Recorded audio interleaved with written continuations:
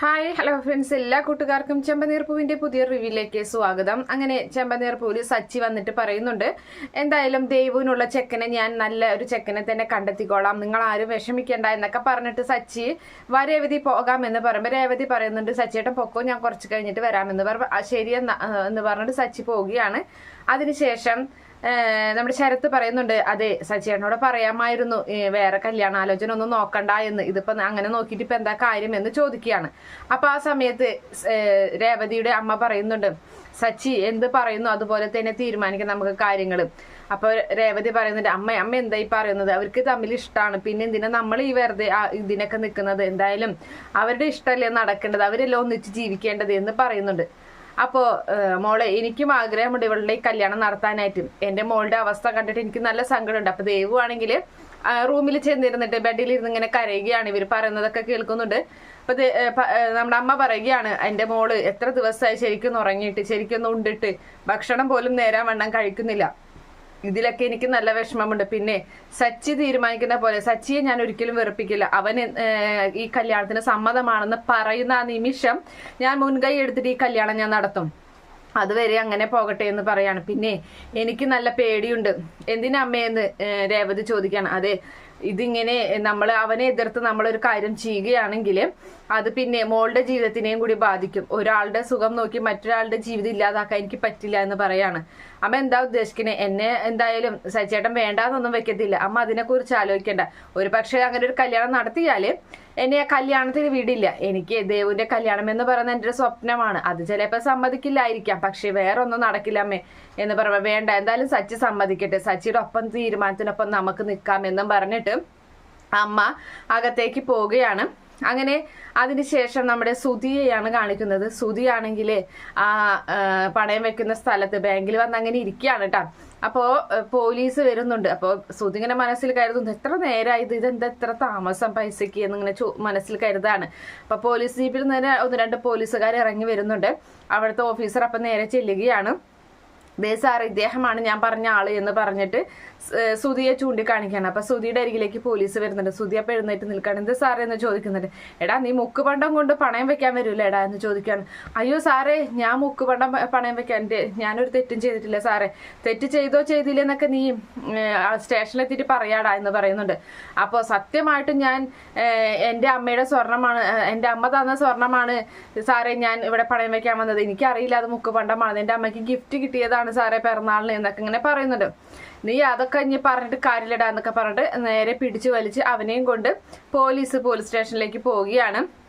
അങ്ങനെ അതിനുശേഷമാണെങ്കിൽ നമ്മുടെ ദേവു അരുണിന്റെ വീട്ടിലോട്ട് വരുന്നുണ്ട്. അപ്പൊ അരുൺ മാത്രമേ അവിടെ ഉണ്ടായിരുന്നുള്ളൂ. അപ്പോൾ ദേവുവിനെ കാണുമ്പോൾ ദേവു എന്ന് വിളിക്കുകയാണ് അരുൺ. അപ്പൊ പറയുന്നുണ്ട്, അരുണേട്ടാ ഞാനൊരു കാര്യം സംസാരിക്കാൻ വേണ്ടി വന്നതാണ്. അരുണേട്ടാ, നമ്മൾ തമ്മിലുള്ള വിവാഹം നടക്കില്ല. എനിക്ക് എന്തായാലും സച്ചിയേട്ടന് എൻ്റെ അച്ഛൻ്റെ സ്ഥാനത്താണ്. എനിക്ക് എൻ്റെ കൂടപ്പിറപ്പുകളും എൻ്റെ സച്ചിയേട്ടനും അമ്മ എല്ലാവരും എനിക്ക് വേണം. അതുകൊണ്ട് തന്നെ അവർക്ക് ഇഷ്ടമില്ലാത്ത ഈ കല്യാണത്തിന് ഞാൻ ഒഴിയുകയാണ്. എനിക്ക് സച്ചിയേട്ടൻ അരുണേട്ടൻ എന്നെ മറന്നോ, നമുക്ക് രണ്ടാൾക്ക് എന്തായാലും ഈ ജീവിതം മുന്നോട്ട് കൊണ്ടുപോകാൻ പറ്റില്ല എന്ന് പറയുന്നുണ്ട്. തീർത്ത് ദേവ് പറയുകയാണ്. അപ്പോൾ അരുൺ പറയുന്നുണ്ട്, നീ എന്തായി പറയുന്നത്, അപ്പൊ നമ്മളുടെ സ്നേഹം അതൊക്കെ മറക്കണം എന്ന് പറയുകയാണ്. എന്നിട്ട് അവൾ അങ്ങനെ അത് പറഞ്ഞ് തിരിഞ്ഞ് അങ്ങോട്ട് പോകാൻ നിൽക്കുമ്പോൾ അവളുടെ കയ്യിൽ കയറി പിടിക്കുകയാണ് അരുൺ. എന്നിട്ട് പറയുന്നുണ്ട്, ദേവു നീ എന്തൊക്കെയാ പറയുന്നത്, നീ തന്നെയാണ് ഇത് പറയുന്നത്. അതേ അരുണേട്ട, അതാണ് നല്ലത്, നമ്മൾക്ക് ഇങ്ങനെ മുന്നോട്ട് പോയിട്ട് കാര്യമില്ല, അവരൊന്നും വെറുപ്പിക്കാൻ എനിക്ക് പറ്റില്ല എന്ന് പറഞ്ഞിട്ട് സച്ചിയേട്ടൻ സമ്മതിക്കണേ, എന്നാൽ മാത്രമേ ഈ കല്യാണം നടക്കുകയുള്ളൂ എന്ന്, അപ്പോഴമ്മയും സമ്മതിക്കുള്ളൂ എന്ന് പറയുന്നുണ്ട്. അരുണേട്ടൻ്റെ കയ്യിൽ നിന്ന് വിട്ടേ എന്ന് പറയുകയാണ്. അങ്ങനെ അരുൺ കയ്യിൽ നിന്ന് വിടുകയാണ്. അവൾ അതും പറഞ്ഞ് അങ്ങനെ ഇറങ്ങി പോവുകയാണ്. അപ്പോഴാണ് അരുണിൻ്റെ അമ്മ കടയിൽ പോയിട്ട് സാധനങ്ങളൊക്കെ ആയിട്ട് ഇങ്ങോട്ട് വരുന്നുണ്ട്. അപ്പോൾ മോള് എപ്പോൾ വന്നു, അരുൺ പറഞ്ഞില്ലല്ലോ മോള് വരുന്ന കാര്യം എന്നിങ്ങനെ പറഞ്ഞിട്ട് നിൽക്കണ സമയം അമ്മയോടൊന്നും മിണ്ടാതെ തന്നെ ദേവു അവിടെ നിന്ന് ഇറങ്ങി പോവുകയാണ്. അപ്പൊ അമ്മയ്ക്കൊന്നും മനസ്സിലാവുന്നില്ല. അമ്മ അകത്തേക്ക് ചെല്ലുന്നുണ്ട്. അരുണിനോട് ചോദിക്കുകയാണ്, എപ്പോഴാ ദേവു വന്നതെന്ന് ചോദിക്കുകയാണ്. അമ്മേ, അവൾക്ക് ഈ കല്യാണത്തിൽ നിന്ന് ഒഴിയാൻ വേണ്ടി പറയാൻ വന്നതാണ്, അവൾക്ക് ഈ കല്യാണം വേണ്ട എന്ന്, അവൾക്ക് സച്ചി സമ്മതിക്കാതെ ഈ കല്യാണം വേണ്ട എന്നാണ് പറയുന്നത്, മറന്നോളാനൊക്കെ പറഞ്ഞിട്ടാണെന്ന് പറയുമ്പോൾ അത് സാരില്ല, നീ വിഷമിക്കേണ്ട, ഞാൻ സംസാരിച്ചോളാം അവരുമായിട്ടെന്ന് അമ്മ പറയുന്നുണ്ട്. വേണ്ട എന്നെ വേണ്ടാന്ന് പറഞ്ഞു പോയതല്ലേ, അവൾ ഈ കല്യാണത്തിന് ഒഴിയെന്ന് പറയും, ഇപ്പൊ ഇതിന്റെ പറ്റിയുള്ള സംസാരമൊന്നും വേണ്ടാന്നൊക്കെ അരുണും വിഷമത്തോടു കൂടി അങ്ങനെ പറയുകയാണ്.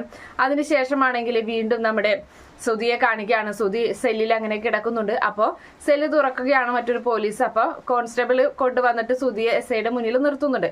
അപ്പോൾ എസ് ഐ ചോദിക്കുന്നുണ്ട്, എടാ നീ സത്യം പറയടാ എന്ന് ചോദിക്കണം. അപ്പോൾ സത്യമായിട്ടും ഇത് അമ്മയ്ക്ക് കെത്ത് കൊടുത്ത ഗിഫ്റ്റാണ്. അപ്പോൾ ഗിഫ്റ്റ് ആരെങ്കിലും മുക്കുവണ്ടം കൊടുക്കോടാ എന്ന് ചോദിക്കുകയാണ്. അപ്പോൾ ആ സമയത്ത് കൊടുക്കും സാറേ, എൻ്റെ ഭാര്യ കൊടുക്കും, അവൾ അങ്ങനത്തെയാണ്, അവള് ഒരു തെറ്റ് ചെയ്തു, ആ തെറ്റ് എൻ്റെ അമ്മ കണ്ടുപിടിച്ചിട്ട് ആ വീട്ടിൽ നിന്ന് അവൾ പുറത്താക്കി, ആ ദേഷ്യം അവൾക്കുണ്ട്, അതുകൊണ്ട് തന്നെ അവള് എൻ്റെ അമ്മയെ കൊടുക്കാൻ വേണ്ടി ചെയ്തതായിരിക്കും. അപ്പോൾ നിന്റെ ഭാര്യ എന്നിട്ട് ഇത് വന്ന് തന്നത് എപ്പോഴാണെന്ന് ചോദിക്കുന്നുണ്ട്. അപ്പോൾ ആ സമയത്ത് സാറേ എൻ്റെ ഭാര്യ വന്നിട്ടില്ല, അവളല്ല കയ്യിലല്ല ഇത് കൊടുത്തയച്ചത്, അവളുടെ കൂട്ടുകാരുടെ കയ്യിലാണ് ഇത് കൊടുത്തയച്ചത്, രാത്രി സമയത്താണ് ഇത് തന്നത്, അപ്പൊ എനിക്ക് അറിയില്ലായിരുന്നു. അപ്പൊ നീ പകലല്ലടാ നീ ഇത് പണയം വെക്കാൻ വന്നത്, അപ്പൊ നീ നോക്കിയില്ലേ? സാറേ എനിക്ക് നോക്കി, പക്ഷെ എനിക്ക് മനസ്സിലായില്ല, എനിക്ക് അറിയില്ലായിരുന്നു എന്ന് പറയുന്നു. സാറേ സാറിന് തോന്നുന്നുണ്ടോ ഞാൻ ഇങ്ങനെ ഒരു മുക്കുപണ്ടവുമായിട്ട് ഒരു ബാങ്കിലോട്ട് വരുമെന്ന്? പോലീസ് പിടിച്ചു കഴിഞ്ഞാൽ എന്റെ അവസ്ഥ എന്താകുമെന്ന് എനിക്കറിയില്ല. ഇങ്ങനെ ഒരു സാധനം കൊണ്ട് വരികയാണെങ്കിൽ തന്നെയെല്ലാം ഞാനൊരു ഹോം അപ്ലയൻസ് നടത്തുന്ന ഒരു ആളാണ്, ഒരു ബിസിനസ്സുകാരനാണ്, അതിനൊക്കെ ഇത് ബാധിക്കുമെന്ന് സാറിന് അറിയില്ല. സാർ എന്തൊക്കെയാ പറയുന്നത്? സാറ് ഞാൻ ഒരിക്കലും അങ്ങനെയൊന്നും ചെയ്യില്ല എന്ന് പറയുന്നുണ്ട്. അപ്പോൾ ഞാൻ എത്ര വരെ പഠിച്ചതാണെന്ന് അറിയാം, നല്ല വിദ്യാഭ്യാസമുള്ള ആളാണ്, 7 ഡിഗ്രി ഉണ്ട് എനിക്കെന്ന് പറയുമ്പോൾ ഒറ്റടി കൊടുക്കുകയാണ് എസ് ഐ അവന്റെ മുഖത്തേക്ക്. 7 ഡിഗ്രി ഉണ്ടോടാ, എന്നിട്ടാണോടാ നീ ഇങ്ങനെ ചെയ്തത് എന്ന് ചോദിക്കുന്നുണ്ട്. സാറേ എനിക്കറിയില്ല. അപ്പൊ നിനക്ക് 7 ഡിഗ്രി ഉണ്ടെന്നല്ല പറയുന്നിട്ട് നിനക്കൊരു മുക്കുപണ്ടവും സ്വർണ്ണം കണ്ടാൽ തിരിച്ചറിയില്ലടാ. സാറ് തന്നെ പറ, ആ സ്വർണ്ണം അത് കണ്ടു കഴിഞ്ഞാൽ സ്വർണ്ണാണെന്നല്ല തോന്നുള്ളൂ, അങ്ങനെ എനിക്ക് പറ്റിയതാണ്. അപ്പൊ അങ്ങനെ നീ പോടാ, എന്തായാലും നീ അവിടെ പോയി കിടക്കെന്ന് പറഞ്ഞിട്ട് വീണ്ടും അവനെ സെല്ലിൽ കൊണ്ടുവന്ന് ഇടുകയാണ് സുധിയെ. അപ്പൊ എസ് ഐ മനസ്സിൽ കയറുന്നുണ്ട്, ഇവൻ പറയുന്നില്ല എന്തൊക്കെയോ ശരികളുണ്ടെന്ന് തോന്നുന്നു. എന്തായാലും ഇന്നത്തെ ദിവസം ഇവനെ കോടതിയിൽ ഹാജരാക്കണ്ട, ഒന്നും കൂടി വ്യക്തമായതിനു ശേഷം നാളെ കോടതിയിൽ ഹാജരാക്കാം എന്നും എസ് ഐ മനസ്സിൽ കരുതുകയാണ്. അതിനുശേഷം നമ്മുടെ രേവതിയെ കാണിക്കുന്നുണ്ട്. രേവതി നമ്മുടെ ഇവളുടെ അരികിലേക്ക്, വർഷയുടെ അരികിൽ ഗുളികയുമായിട്ട് മരുന്നൊക്കെ ആയിട്ട് വരുന്നുണ്ട്. എന്നിട്ട് അപ്പോൾ ശ്രീകാന്തും വരികയാണ്. അപ്പൊ മരുന്ന് കഴിപ്പിക്കുന്നുണ്ട്. എന്നിട്ട് പറയാണ്, അതെ നാവിന്റെ ഇടയിൽ ഇട്ടിട്ട് ഞാൻ പോകുമ്പോൾ തുപ്പിക്കളയാന്ന് വിചാരിക്കണ്ട, ശരിക്കും കഴിക്കണം കേട്ടോ എന്ന് പറഞ്ഞിട്ട് അങ്ങനെ ഗുളികകളൊക്കെ കൊടുക്കുന്നുണ്ട്. അത് വാങ്ങിയിട്ട് നമ്മുടെ വർഷ കഴിക്കുകയാണ്. അങ്ങനെ അത് കഴിച്ച് വായ തുറന്നൊക്കെ നോക്കിക്കുന്നുണ്ട് രേവതി. അപ്പൊ ശരി കഴിച്ചിട്ടുണ്ട് എന്ന് പറയാണ്. അങ്ങനെ പോവാൻ നിൽക്കുമ്പോൾ ശ്രീകാന്ത് ചോദിക്കുന്നുണ്ട്, ഏട്ടത്തി എന്തായി ദേവുവിന്റെ കല്യാണക്കാര്യം എന്ന് ചോദിക്കുമ്പോൾ ഒന്നും ആയിട്ടില്ലടാ, അത് സച്ചേട്ടൻ അത് സമ്മതിക്കുന്നില്ല എന്ന് പറയുന്നുണ്ട്. അവൾക്കാണെങ്കിൽ ആ ചെക്കന് അവന് തന്നെ ഇഷ്ടമുള്ളൂ എന്ന് പറയുകയാണ്. സച്ചേട്ടൻ അങ്ങനത്തെ ഒരാളൊന്നല്ല, എന്തായാലും സച്ചേട്ടൻ പറയുന്നില്ല, എന്തെങ്കിലും കാര്യം ഉണ്ടാവാതിരിക്കില്ല ഏട്ടത്തി. അപ്പോൾ ഇപ്പൊ ഞങ്ങളുടെ കല്യാണത്തിന് എതിർപ്പാണെങ്കിലും ഇപ്പൊ ഏറ്റവും കൂടുതൽ ഇഷ്ടം സച്ചേട്ടൻ ഇപ്പൊ വർഷയല്ലേ, അതുപോലെ തന്നെ ഇപ്പോ മറ്റേ കല്യാണം നടത്തി കൊടുത്തതും സച്ചേട്ടൻ മുൻകൈ എടുത്തിട്ടല്ലേ. അപ്പൊ അങ്ങനെയൊക്കെ നോക്കുകയാണെങ്കിൽ സച്ചേട്ടൻ പ്രേമത്തിന് എതിരൊന്നല്ല, പക്ഷെ അയാളുടെ ഭാഗത്ത് എന്തെങ്കിലും തെറ്റുണ്ടാകും, അതുകൊണ്ടായിരിക്കും. എടാ തെറ്റുള്ളത് സച്ചേട്ടന്റെ കണ്ണിലാണ്, പക്ഷേ ദേവ് അങ്ങനെ തെറ്റ് ചെയ്യുന്ന ഒരാളെ സെലക്ട് ചെയ്യുന്നു എനിക്ക് തോന്നുന്നുണ്ടോ? പക്ഷെ എന്തൊക്കെ പറഞ്ഞിട്ട് ഒരു കാര്യമില്ല, സച്ചേട്ടൻ അതിന് സമ്മതിക്കുന്നില്ല എന്നും പറഞ്ഞ് നമ്മുടെ രേവതി അടുക്കളയിലോട്ട് പോവുകയാണ്. അങ്ങനെ ഒരു ഭാഗം കാണിച്ചിട്ടാണ് എന്തായാലും ഇന്നത്തെ എപ്പിസോഡ് അവസാനിക്കുന്നത്. ഈ റിവ്യൂ ഇഷ്ടപ്പെടുകയാണെങ്കിൽ ഈ ചാനൽ ഒന്ന് സബ്സ്ക്രൈബ് ചെയ്ത് സപ്പോർട്ട് ചെയ്യണേ. Okay friends, bye, thank U.